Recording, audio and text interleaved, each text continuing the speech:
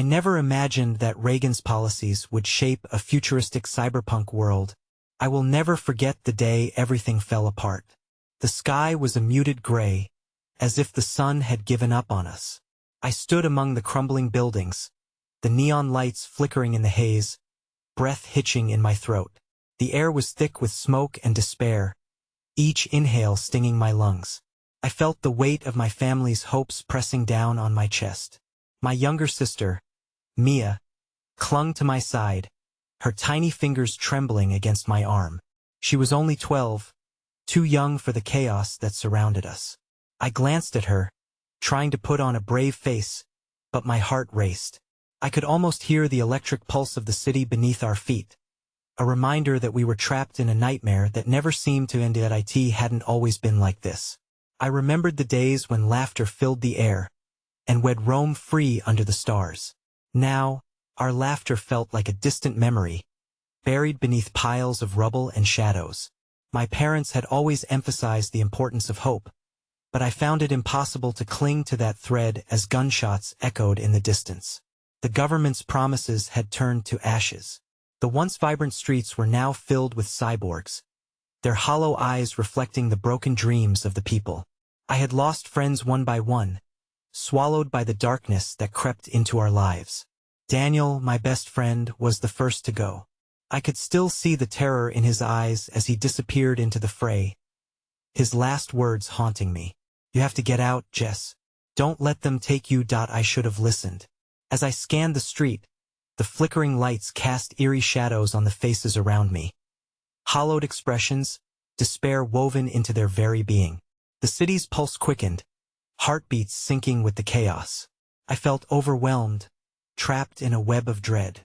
Suddenly, a loud crash jarred me from my thoughts. My heart skipped. I turned, adrenaline surging through me. A group of masked figures emerged from an alleyway, their intentions as clear as the storm clouds above. Panic rose in my throat. I wanted to run, but my feet felt glued to the ground. And then, I saw something shining in the darkness. A flash of silver. I squinted, trying to comprehend. What could it be? My chest tightened as curiosity wrestled with fear. Before I knew it, my feet were moving on their own, drawn toward that glint like a moth to a flame. What was it? I needed to know. Hey, before we continue with this amazing story, I need to give you an important heads up. Many subscribers have reported that YouTube unsubscribed them without warning. Take a quick second to check the red button below to make sure you're still subscribed to the channel. I'd hate for you to miss any of the exclusive content coming soon, and while you're there, smash that like button. It really helps me out with the algorithm. Oh, and tell me in the comments, which city are you watching from? I love getting to know every amazing person who's part of this community. Your participation makes all the difference. Let's connect. The moment my feet moved toward the flickering gleam, every instinct screamed for me to retreat. But worry for Mia clouded my judgment as she squeezed my hand tighter, her tiny body pressed against mine. I couldn't abandon her. Not here. In the middle of chaos, as I stepped forward, the masked figures watched me but remained in their shadows, looming like specters. The light drew closer, revealing a jagged piece of metal protruding from the wreckage of what had once been a kiosk. It shimmered like a beacon amidst the despair. I reached down, feeling an unexpected warmth emanating from it. This object, so incongruous in its glow, seemed displaced in our broken world. But before I could grasp it, a loud voice sliced through the air. "What do you think you're doing?" I turned sharply, my heart racing. A tall figure emerged from the shadows, silhouetted against the backdrop of crumbling edifices and flickering neon.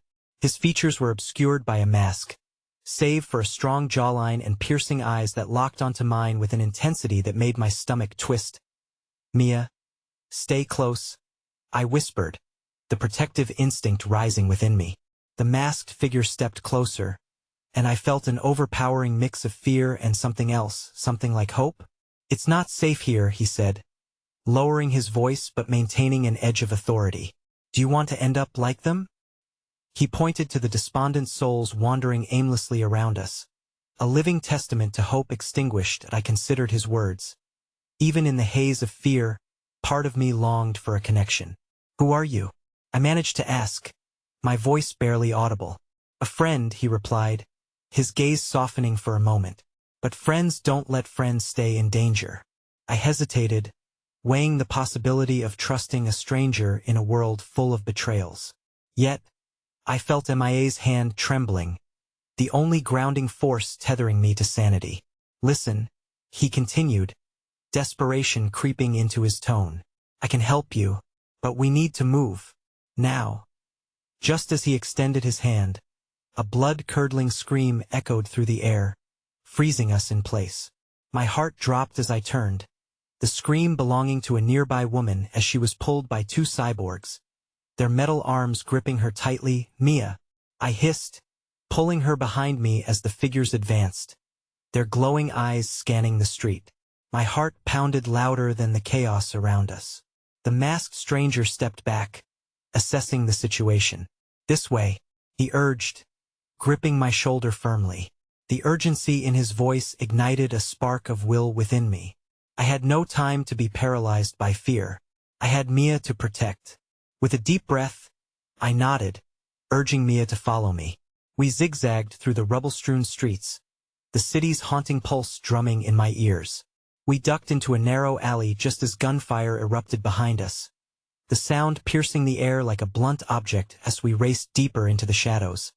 I could feel MIA's fear radiating from her. I turned back to the masked figure. "Where are we going?" "To safety," he replied, though his voice was strained. "These streets are no longer ours." Hope flickered like dashboard lights in a dying vehicle. For a moment, a sense of agency returned, even as I felt the breath of panic crawling up my spine. Perhaps the stranger was truly a friend. We stumbled upon a door leading into a forgotten building, its entrance barely detected behind vines and debris. Inside, the atmosphere shifted. The stakes felt different, alive yet chaotic. I could hear hushed whispers and the faint hum of technology. Could it be a sanctuary amidst despair? I tensed as I crossed the threshold, half expecting to be met by unfriendly faces. But instead, a small group of people, ragged but determined, turned toward us. Their faces were worn but resilient. "Welcome," one of them said, a woman with striking blue hair, her voice steady amid the uncertainty. "You came just in time. We need all the help we can get." Before I could respond, the masked figure turned to me, his expression serious. "There's something you need to see. But I have to warn you, it won't be easy." I felt the fear return, creeping along my limbs like a shadow. Just as I opened my mouth to ask him what it was, the power flickered, plunging us into darkness. A low rumble echoed through the building, stirring a chorus of anxious whispers. "Stay calm," the woman said, but I could sense the collective dread hovering above us. Then, without warning, the door burst open. A flood of light poured in as armed figures, illuminated by the neon glow of the collapsing city, surged forward. Fear and chaos surged around us like a tidal wave, and I realized with a chilling clarity, this was not just a fight for survival, it was a fight for our lives. And in that moment of terror, the masked figure grabbed my arm, his grip firm yet protective, and he whispered, "You don't know who you are dealing with." "Not yet." Before I could process the weight of his words, panic erupted like a storm as we dove for cover, hearts racing, buried deep within a world where reality felt like the most distant memory. The room erupted in chaos as armed figures invaded our temporary haven, a frantic hurricane of shouts and gunfire consuming every available crevice. I felt the masked stranger's grip tighten on my arm, pulling me to the side as a bullet whizzed past us, embedding itself in the wall with a terrifying thunk. "Mia!" I shouted, searching the room frantically. The world narrowed to a single point of focus: her safety. My heart raced as I spotted her crouched behind an overturned table, wide eyes reflecting the terror of our situation. "Stay down," I called out, and I felt the tug of anxiety and guilt gnaw at my insides. I wanted to shield her from this shattered world, but the enormity of the chaos breached the walls of my resolve. The masked figure pressed against the wall, gesturing for us to follow. "Move now," he urged, an urgency in his voice that brooked no argument. I felt the strange flicker of hope he offered, but it mingled with doubt and fear, creating an overwhelming storm inside me. I led Mia through the pandemonium, protective instinct fueling my every move. We darted to the back of the room, where the walls were damp and choked with creeping vines. The group of survivors had already started to scatter, their faces pinched in the desperation to survive. I glanced back just in time to see the blue-haired woman disappearing into the haze, our potential ally lost among the confusion as the gunfire echoed behind us. The masked figure ushered us through a narrow door that was nearly obscured by debris. I hesitated for a fraction of a second, glancing behind me once more. Was there a chance of saving anyone else? But all I heard was the chilling sound of chaos, a testament to our present hell. We descended into the dim corridor, the flickering lights illuminating ancient stains of despair on the walls. Each step felt like a descent into the bowels of a beast, the unknown looming before us with a tangible weight. I urged Mia forward, willing her to focus on me and not the fear that wanted to take hold. "Who are they?" I whispered to the masked figure as we slipped into the shadows, my heart racing against the backdrop of distant thunder echoes. "The Syndicate," he replied tersely, scanning the corridor ahead. "They control everything now, the food, the tech, the people. We're expendable to them. They'd rather see us dead than resist." The name settled on my chest like a stone. The Syndicate, just the name sounded oppressive. A specter cloaking the city in darkness. "And you? Who are you to stand against them?" I demanded, my apprehension momentarily eclipsed by anger. "Just a guy trying to make things right," he replied, remorse flickering across his features. It surprised me here was more behind that mask than mere facelessness. A personal story hidden in the shadows. As we turned a corner, I heard whispered voices ahead. We approached cautiously, the air thick with the tension of what we might find. It was then that I caught sight of a group huddled together, light from their makeshift camp sparking an aura of resilience, like candles in a vast, dark cave. Something stirred within me, a heady mix of hope and rebellion. If they were all fighting against the Syndicate, perhaps we could unite, stand as one against the forces of oppression. "What do we do now?" I asked, urgency replacing my trepidation. "We gather intel," the masked figure replied, his voice steady even as the tremors of conflict reverberated through the air. "Try to sabotage their supply lines. We need to cripple their operations. Get people on our side." I in that moment, a plan ignited, possibilities blooming like wildflowers in a desolate landscape. Perhaps this was how we would fight back against the tide of despair. But even as that flicker of hope kindled within, a loud explosion thundered from above, shaking the very foundation of our hideout. My heart sank as the walls trembled ominously, dust and debris raining down around us. "Run!" The masked figure's order snapped through the adrenaline-soaked air, detonating my limbs into motion. We bolted down the narrow hall, and I desperately clutched Mia's hand, her small fingers trembling against mine. Just as we emerged into a wider space, the air suddenly thickened with smoke, blurring my vision. I glanced around, heart pounding. Where were the others? "We have to find them," I shouted over the cacophony, panic seeping back into my veins. "Once we get out," he promised, but in his eyes, I saw the swirling storm of uncertainty. I couldn't shake the feeling that we were running into a greater danger than we could foresee. Navigating the chaos, we stumbled upon a flickering hologram projecting an ominous warning. "The Syndicate is everywhere." The words seemed to mock us, weaving through the chaos, as if we were already trapped in a web woven by forces beyond our control. And then, just as hope surfaced once more, a beam of light sliced through the smoke, illuminating a familiar figure standing in the entranced silhouette marked by despair and brilliance that made my heart drop. "Reagan?" My breath hitched as I recognized the former leader, a man lost to the dark shadows of power, but now standing resolute against the encroaching tide. Yet as our eyes locked in that moment, the ground beneath us shook violently, a distant rumble ascending. Paralyzed in shock, I realized what was about to unfold. We were on a precipice, and this revelation threatened to tip everything we thought we knew into disarray. "Mia, we need to go," I shouted urgently, breaking free from my stupor. But fate played its hand as the building trembled dangerously. Before I could react, The entrance collapsed, dust and chaos enveloping us. And in that blinding moment, one thing became terrifyingly clear. The threads of our fates were woven into a pattern far more intricate and treacherous than any of us had anticipated. Muffled cries and the sound of crumbling stone enveloped me, creating an oppressive cocoon of chaos. I gripped MIA's hand tighter, trying to pull her away from the debris as the world fell apart around us. The realization that Reagan was here, amid the chaos, sparked a flicker of disbelief deep within me. How had he survived this long? His mind, once sharp and focused on salvaging a fractured world, had succumbed to his own devices to maintain power. "Reagan, this way," I shouted, my voice cracking as I used the last remnants of sanity to navigate the disarray.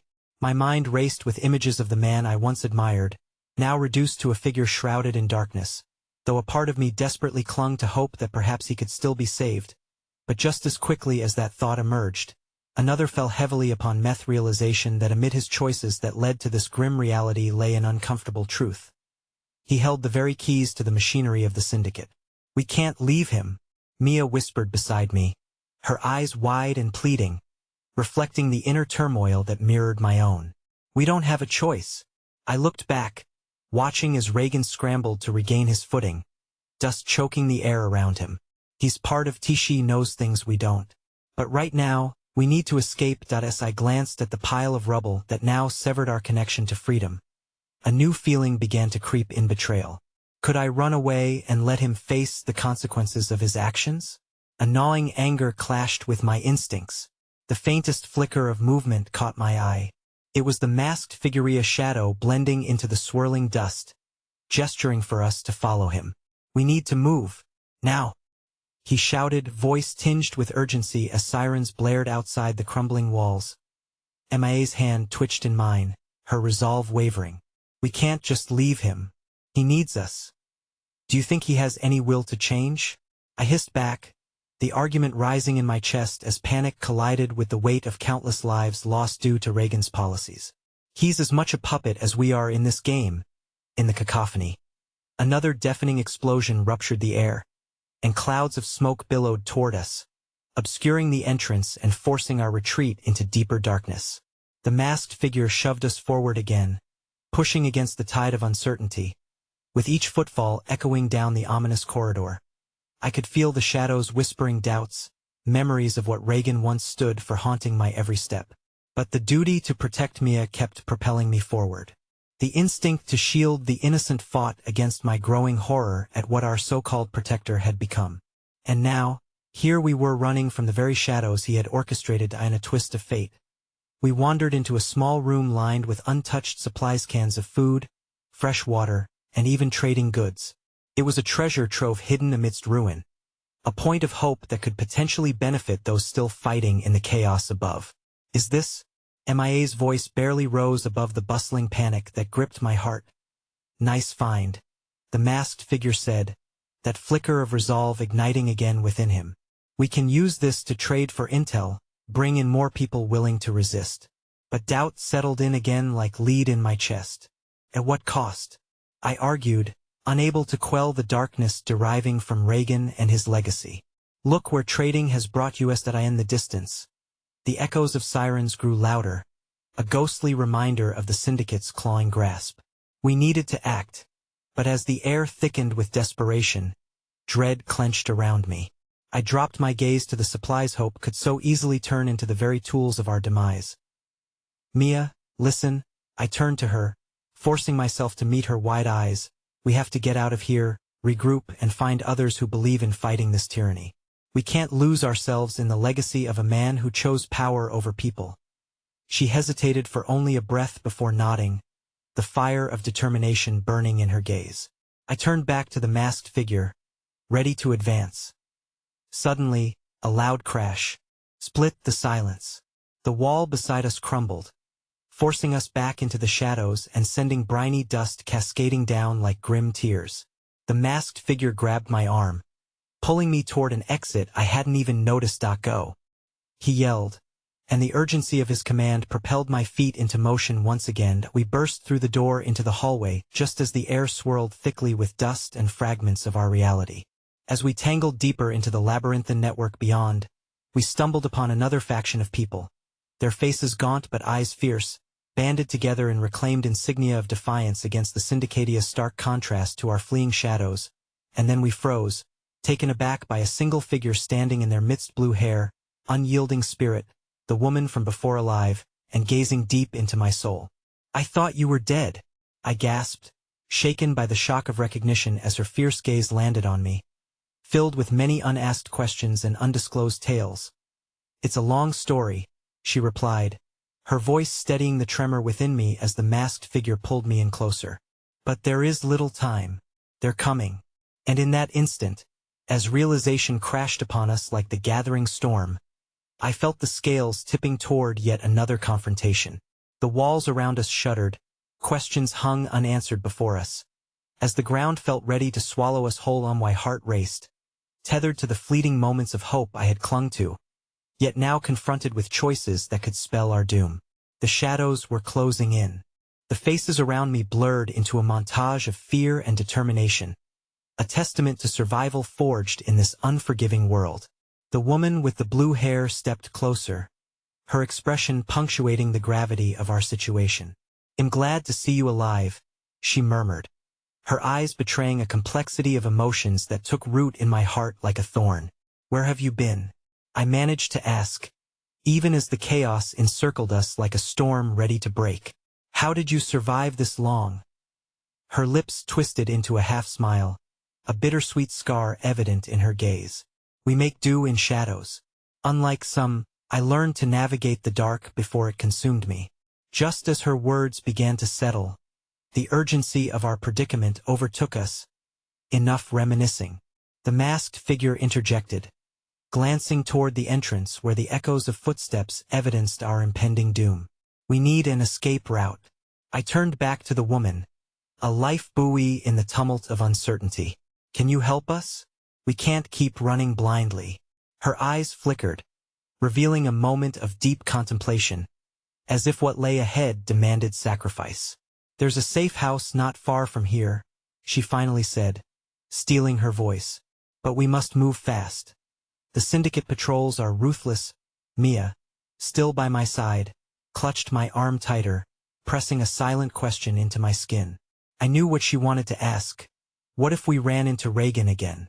The thought alone sent tremors through me, the turmoil I had wrestled with re-emerging from the depths of my conscience. But there was no time for indecision. Not here, not now. "Lead the way," I urged, pushing my fears down into the depths of my heart. A thread of hope ignited in my chest. Perhaps this woman could bridge the gap between the past I so desperately wanted to escape and a future I craved to believe in. As we moved swiftly, weaving through debris and hidden paths known only to the denizens of the underground, our new companion spoke of the bravery required to unite the scattered factions. "Reagan may think he holds the reins," she said with a fierce glimmer in her eyes, "but it's the people who possess the true power if we can get them to believe it." Her words resonated with a faint echo of familiarity, a sharp reminder of all that had drawn me into the turmoil originally fought against. Yet, alongside that echo was the stark reality that remained. Every person lost in this quagmire chipped away at my ability to trust wholeheartedly. Without warning, one of the shadows up ahead lunged forth from the darkness, a syndicate operative clad in black, face obscured by a menacing mask. The instincts embedded within me flared, and I watched as the masked figure immediately intervened, tackling the assailant with a ferocity that left me momentarily stunned. I stood frozen, uncertainty coursing through me. The vibrant chaos faded, leaving only a single thought. What if I had to choose between protecting Mia and confronting a part of my past that might not even want redemption? "Go!" the masked figure yelled, grappling with the assailant. "Get to the safe house. They'll hold them off." "No," I called out, desperation clawing at my throat. "You can't." But Mia, her decision made, grabbed my hand and pulled me forward. "We have to trust them. We can't waste time." Her grip was powerful, an anchor tethering me to the reality that we would have to save ourselves first. The space around us echoed with the sounds of struggle, but we pressed on, guided by the blue-haired woman, navigating twisted corridors that felt ancient and alive. My heart pounded in rhythm with the low thrum of our footsteps, each beat a promise made to Mia. I would not let this world consume her at last. We arrived at a dimly lit safe house, hidden within the carcass of a crumbling building. The atmosphere shifted, thick with anticipation and unanswered questions. It felt surreal to breathe again in a place that could offer fleeting solace. Yet the uncertainty lingered, clawing unyieldingly at my chest. As we crowded inside, murmuring voices around us sparked a flicker of possibility in my heart. Small groups, huddled together, exchanging news, strategies, the evocation of a resistive spirit growing palpable amidst the darkness. The woman turned to me, her expression weary. We must rally everyone. Gather the brave few willing to stand against the syndicate, she urged, her urgency pressing on my shoulders. But first, we need to fortify this place. We cannot afford to let their forces find us here. Just as I was about to respond, the ground beneath us vibrated, rattling the walls and sending dust raining down like a grim reminder of our constant peril. A nightmarish chill swept through the room as an echoing crack shattered the tense silence. MIA's eyes widened with fear, pleading for clarity. What was that? Don't know, I stammered, my heart racing at the implications. It felt as if the very foundations of our fragile hope might give way. Had they found us already? No, it wasn't possible. But before any further speculation could surface, the door flew open, and in a blink, a new figure stepped through. A familiar silhouette. Reagan himself stood there, confrontation gleaming in his eye, the weight of choice suspended between us like a coiled spring ready to unleash. Let's talk, he said, voice smooth yet betraying the angst simmering beneath a dark invitation to a long-overdue reckoning that would either seal our fates or unravel the truth buried deep within the shadows. And in that instant, breathlessly hovering between hope and despair, I was confronted not only with a man from my past, but the unnerving realization that our battle was far from over. The air in the safe house thickened with tension as Reagan stepped over the threshold, his presence drawing every pair of eyes toward him. Murmuring ceased, and I could feel the collective heartbeat of the room, a synchronized rush of fear and trepidation, mixing with something almost hopeful. Could this truly be the moment where we face the man who had haunted my memories? Mia, stay behind me, I urged, a chill racing down my spine. The flickering light cast long shadows across Reagan's face, enhancing the haunting familiarity of that darkness. I realized then that he hadn't changed. The same arrogance crept through his demeanor, masking the fear I knew he must feel. As this any way to greet an old friend? He drawled, his voice smooth but laced with an edge that sent shivers through me. Or do I hold no value to you anymore? Mia isn't your friend, I snapped, defensively shielding her from his gaze.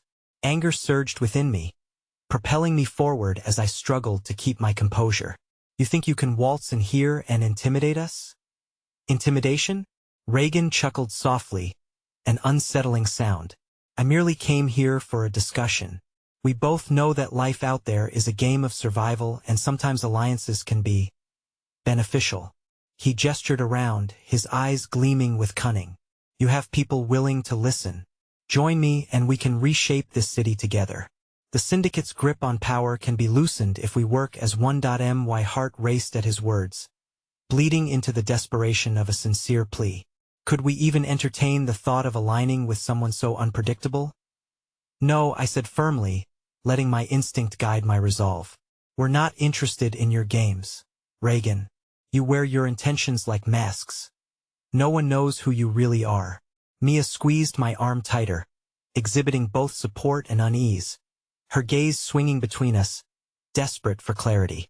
Yet, beneath my defiance, I could feel the pulsating knot of fear wrapped tightly around my heart. This man had a way of maneuvering through the darkness, often dragging those closest to him into the abyss. I am offering a chance at survival, a revolution against the syndicate, he emphasized, taking a calculated step closer. You can run and hide, or you can take the reins of your destiny. You think I'm the enemy? Maybe you're the blind ones, unable to see the reality of our world. With each word, my anger twisted into confusion. It was a tightrope I walked. How could I trust the hand that had crushed the fragile hopes of many? I couldn't let his charm pull me in, even if a part of my consciousness longed to believe in his vision for change. Just as I thought I could hold my ground, a low rumble echoed once more through the structure, shaking the walls harder this time, dust falling like confetti of despair. The room's atmosphere thickened, and fear began to seep into my veins, leaving no escape from the reality of the looming chaos outside. Murmurs of uncertainty rippled through those present, faces contorting with dread. It was then that the blue-haired woman stood tall, her previous resolve shining in stark contrast to the confusion that threatened to fracture us all. "Enough! We can't let fear dictate our actions," she declared, her voice cutting through the tension. "If we're going to rise against the syndicate, we need information and strength. We need all hands on deck." Her eyes landed on Reagan, challenging him to either capitulate or take a risk himself. "If you truly believe in this revolution, then prove it, don't just talk. Show us what you have to offer." Reagan's expression tightened, and for a split moment, vulnerability flickered across his features. "I can give you intel, access to resources, and a plan to undermine their influence. But you have to come to the table without your hearts on your sleeves.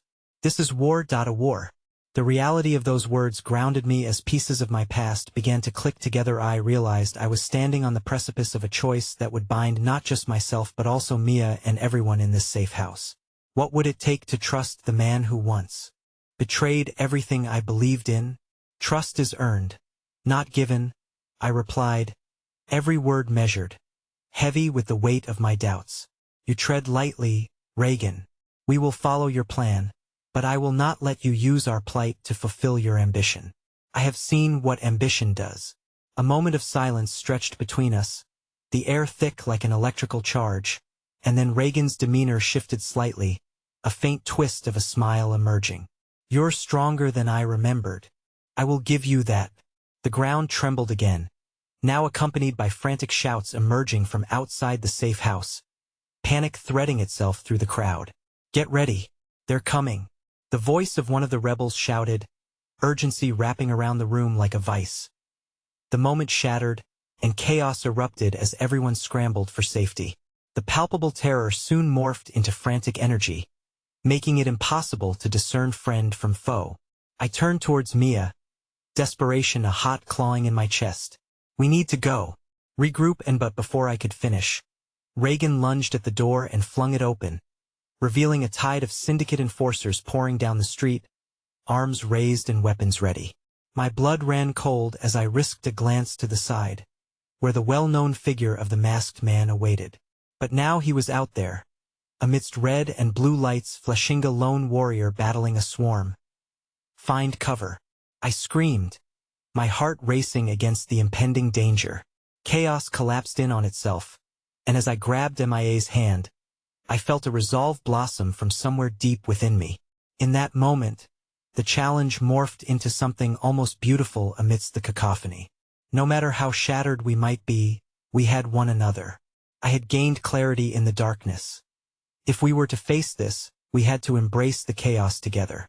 Yet just as hope dared to flicker, panic kissed my spine, the floor shook violently beneath our feet, and a deafening explosion rumbled through the streets, rattling the very essence of our stronghold.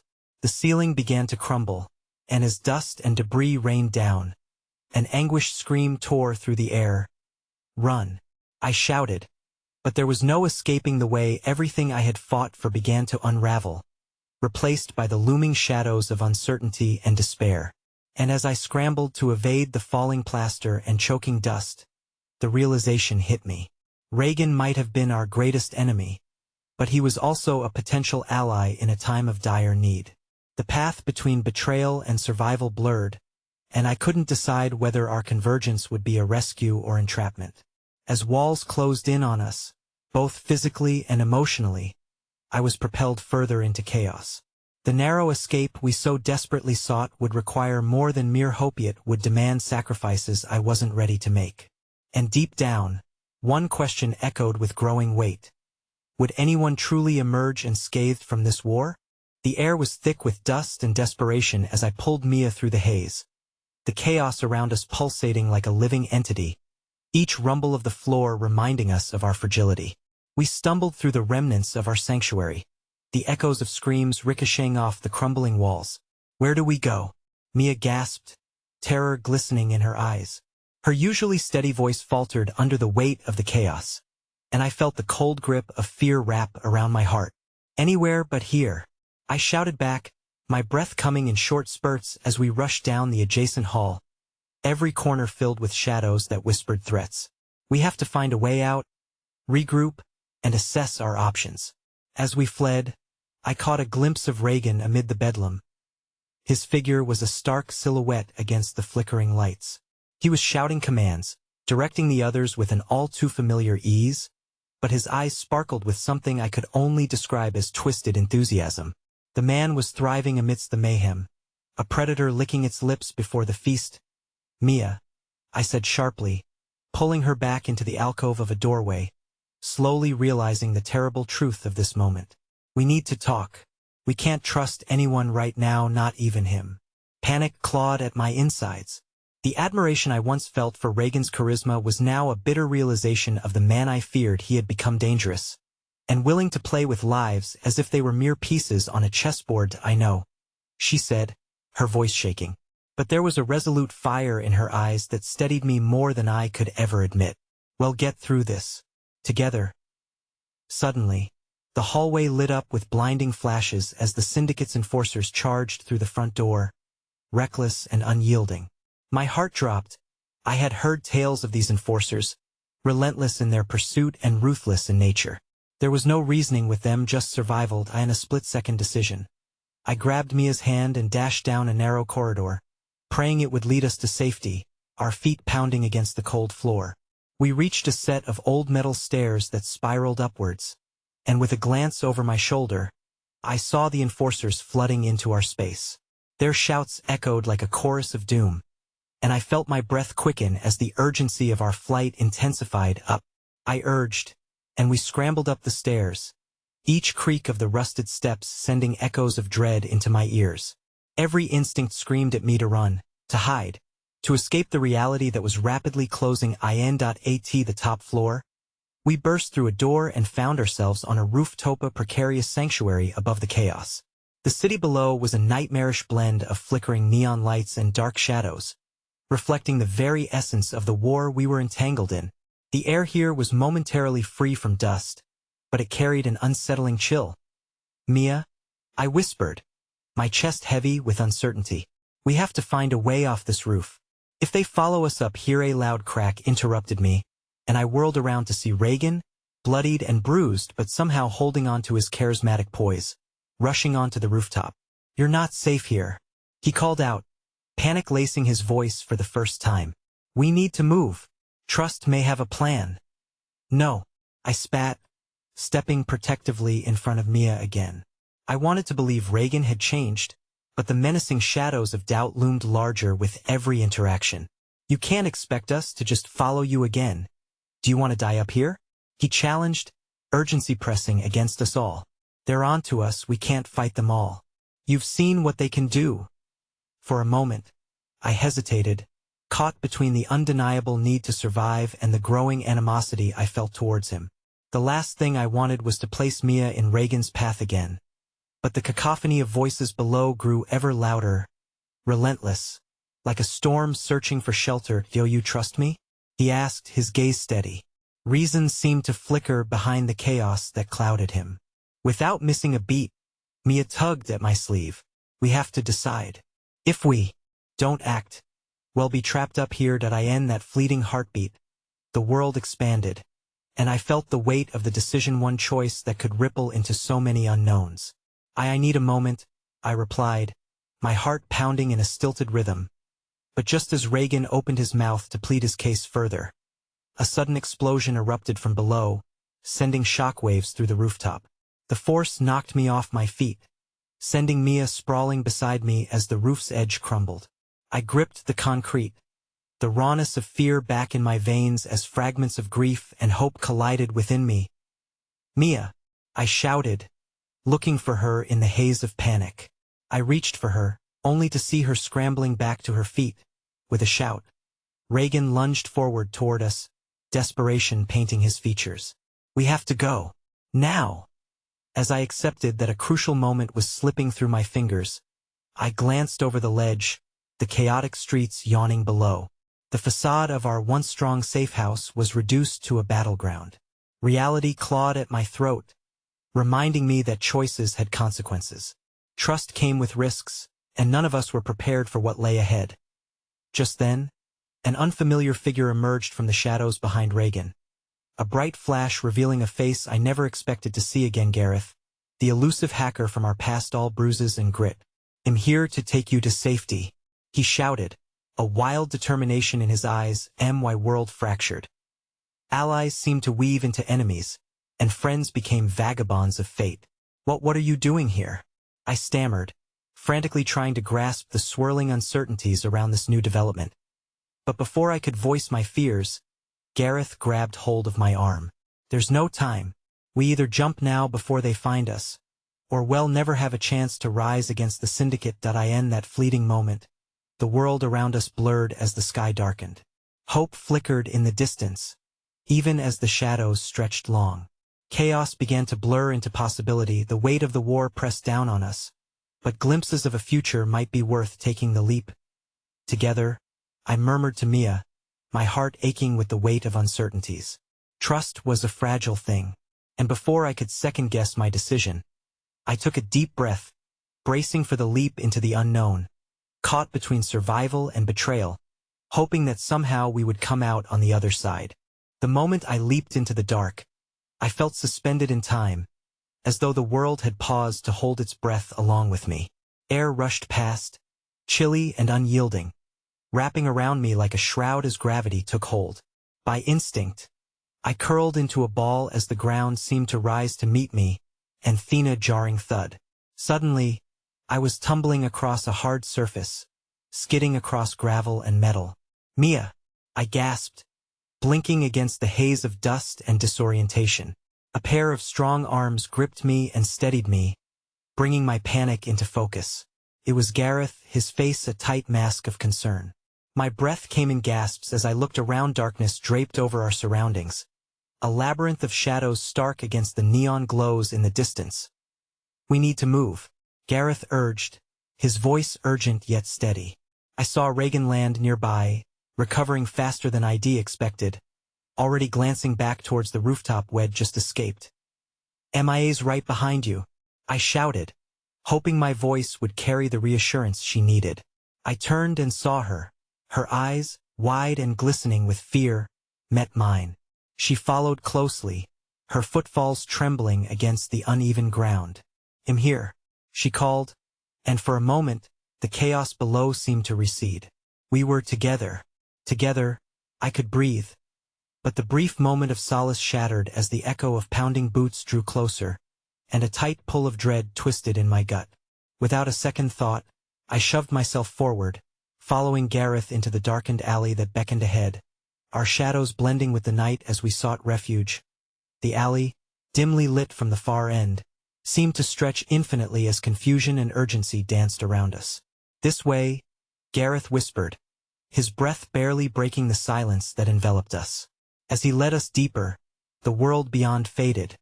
The chaos of the rooftop transformed into a distant memory. "Mia," I said softly as we fell into a rhythm, the clatter of our bodies echoing against graffitied walls. "Are you okay?" I looked into her eyes, searching for assurance amidst her fear. "I will be," she said, though the tremor in her voice told me differently. "What about Reagan? Where are we going?" I stole a glance back toward the entrance of the alley, where I could see Reagan slipping into the shadows like a specter. Could we really trust him? Or was he the very predator I had feared he had become? The questions hung heavy in the air, but trust was a commodity we could scarcely afford in this grim monument of uncertainty. We rounded a corner, emerging into a deserted square illuminated by flickering old street lights casting long shadows over cracked pavement. A subtle warmth surrounded us, a contrast to the chill of the shadows we'd just fled. "Here," Gareth said, pointing toward a rusted door hidden behind some debris. "It leads to the undercroft. We can hide there until it's safe to move." He pushed it open, revealing a dimly lit passageway that disappeared into the belly of the city. I hesitated, glancing at Mia, searching for the bravery I needed. What if it's a trap? Do we have another option? Gareth shot back, urgency woven into each word. As if in answer, fists pounded against the thick door we'd just passed through. The sounds were savage, primal. We have to go, Mia pleaded, her strength shimmering beneath the surface of her fear. Fine. Let's move, I hissed, forcing down my trepidation. We slipped into the undercroft, the door slamming shut behind us with an answerless thud. The darkness swallowed us whole, only illuminated by the faint flicker of fluorescent bulbs accentuating the cold concrete walls. The air was stale and heavy with a dampness that gripped my lungs. Gareth led the way, guiding us deeper into a cramped corridor that twisted and turned a labyrinth of forgotten histories intertwined with our present. I could feel the shadows dancing around us, whispering the ghosts of countless struggles, each step echoing with unasked questions. How do you know this place? I probed, uneasy, desperate to gather the pieces of this puzzle while our fates collided. I've used it before, Gareth replied, his voice strained. When there were too many eyes above, too many treacherous paths.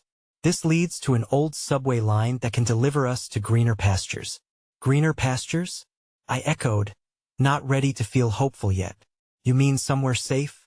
I yearned for solace, for a flicker of light in the ever-enveloping darkness. Safe for now, he said carefully. But we need to keep moving. The syndicate will follow. They don't stop, especially now. A low rumble echoed from somewhere deep within the undercroft. The ground trembled beneath our feet, a constant reminder of the war that raged above.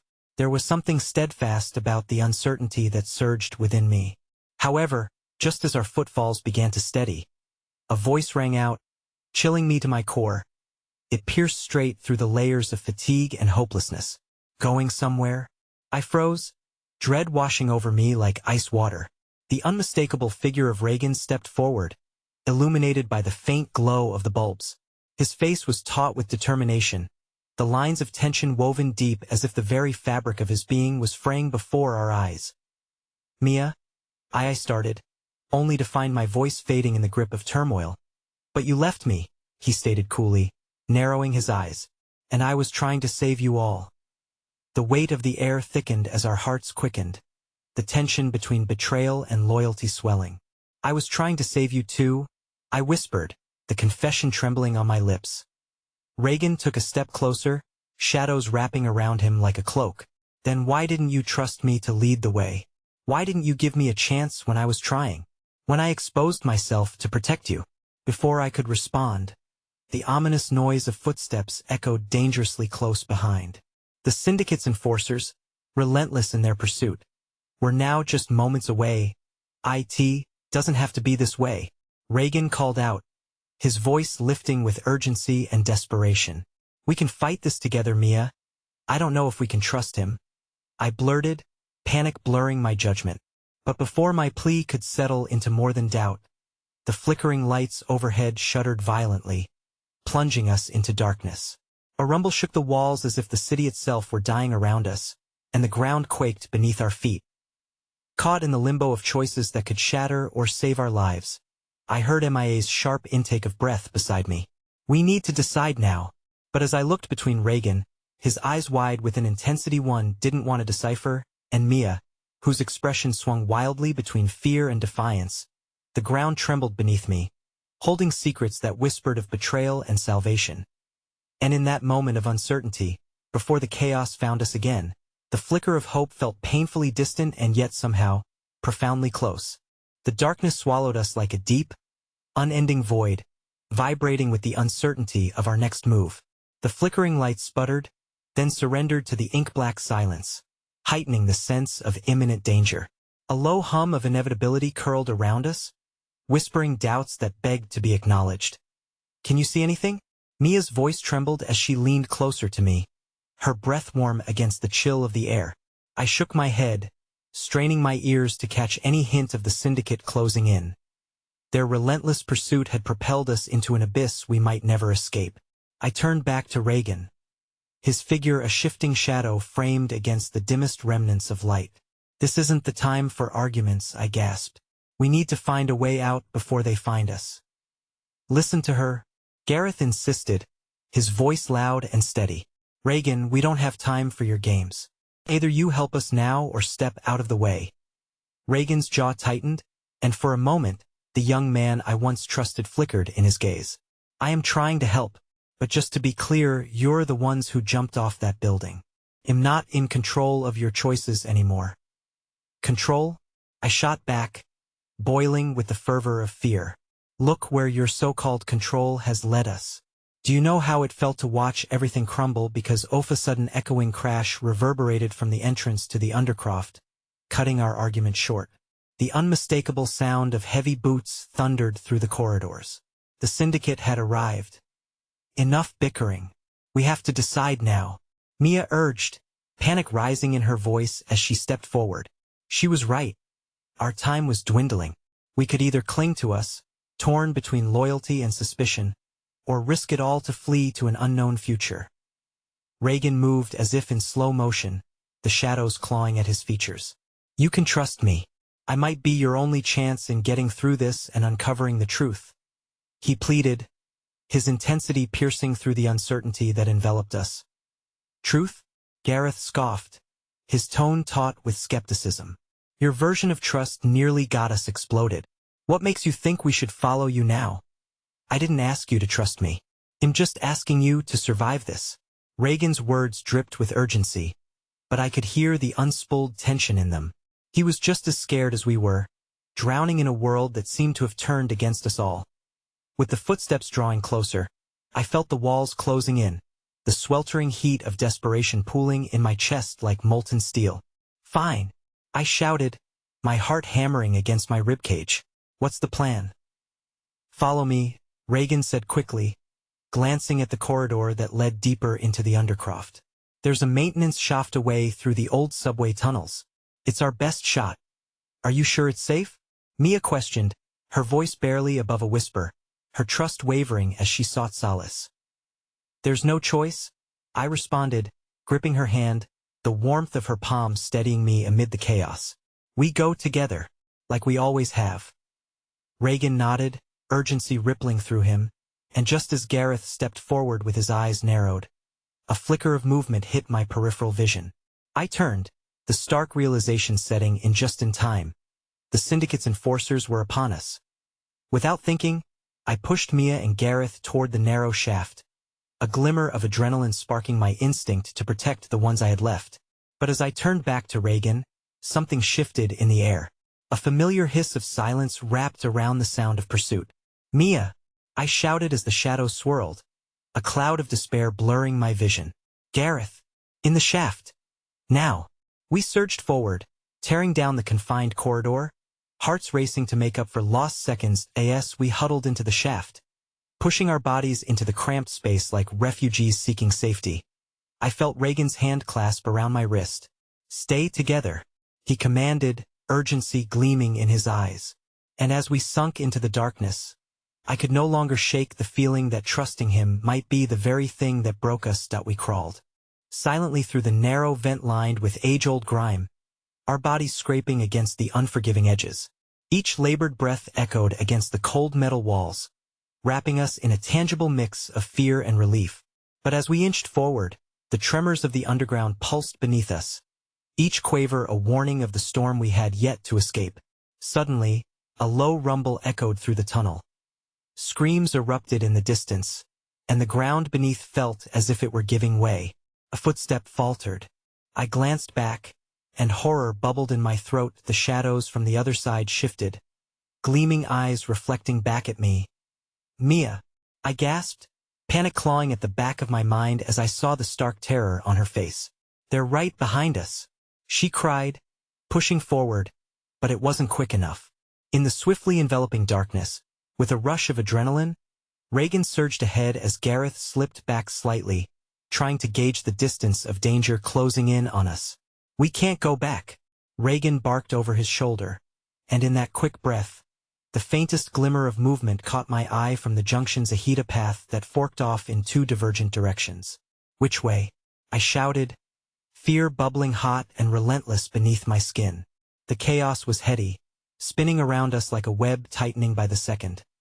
But before we could make a choice, an explosion rattled through the tunnel, and the force sent us tumbling as the ground split in a cacophony of sound. Dust choked the air, settling like a shroud, and between the screams and our racing hearts, the structure of our reality began to fracture. In that moment of despair, the question reverberated through my mind louder than any blast. Did we just seal our fate by making the wrong choice? As I scrambled to push ourselves forward, Reagan's hand slipped from mine, the moment suspended as I reached for him. In the chaos, he vanished into the haze of dust and fear, swallowed by the whispers of the unforgiving darkness.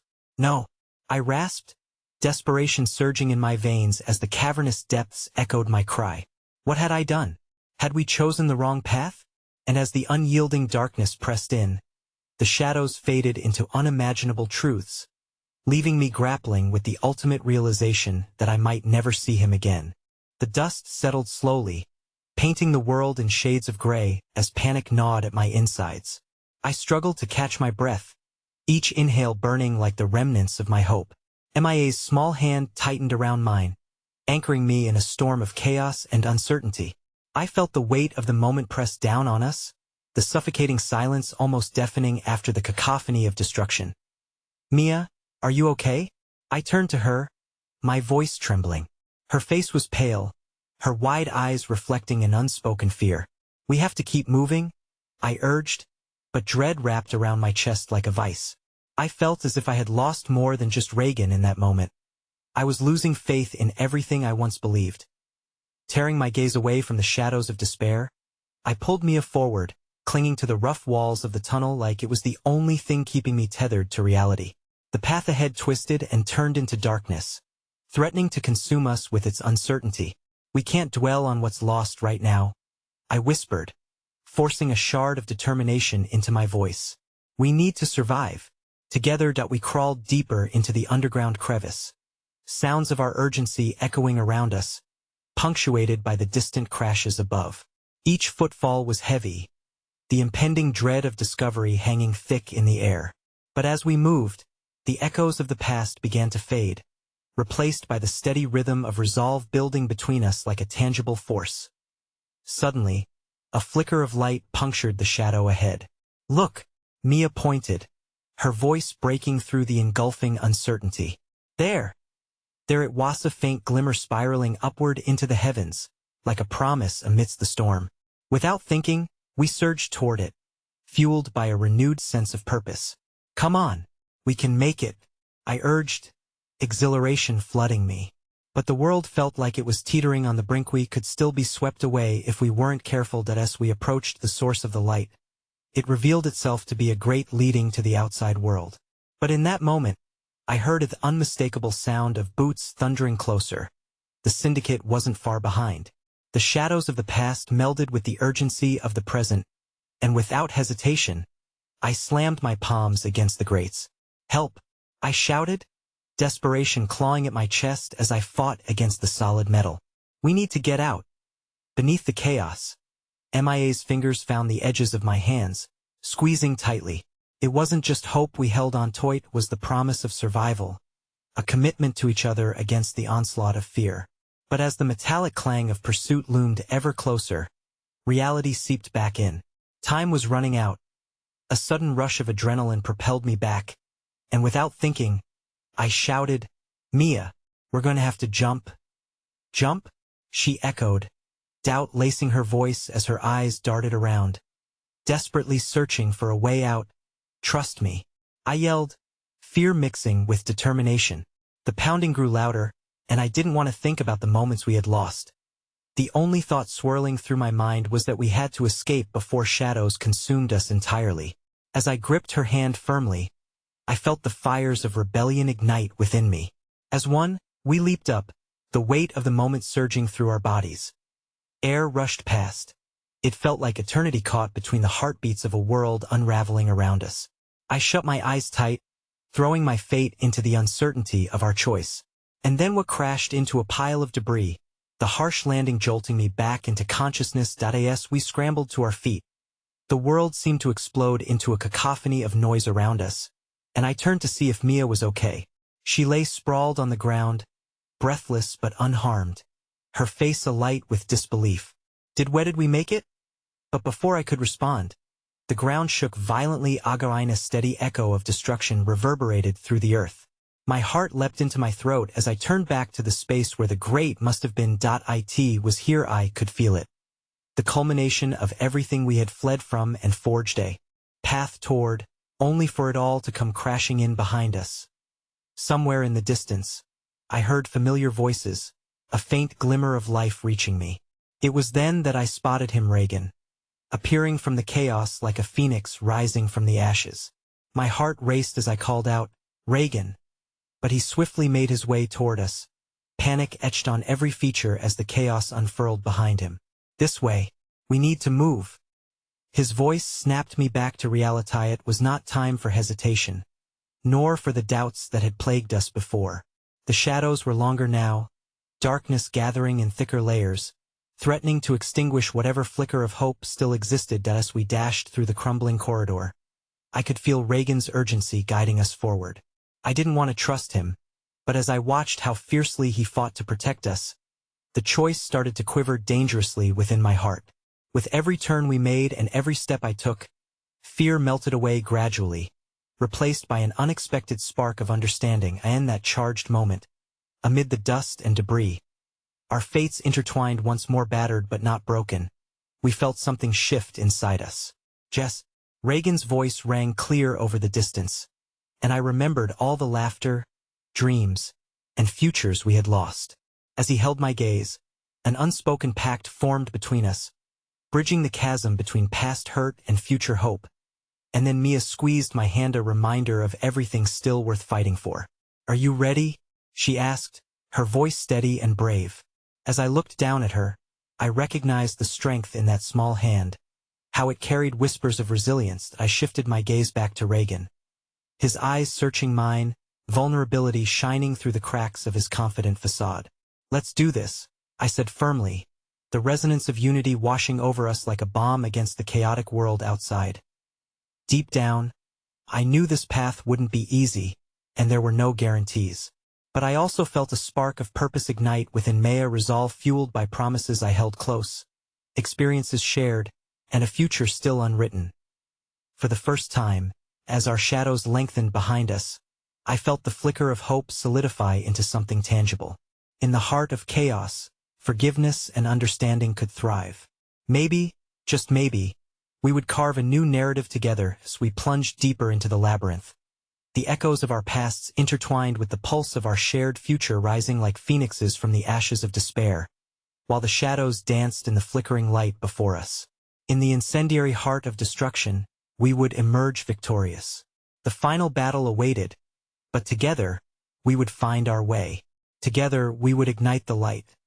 And in that moment of newfound clarity, I whispered to Mia, "No matter what happens, we'll fight together. Always."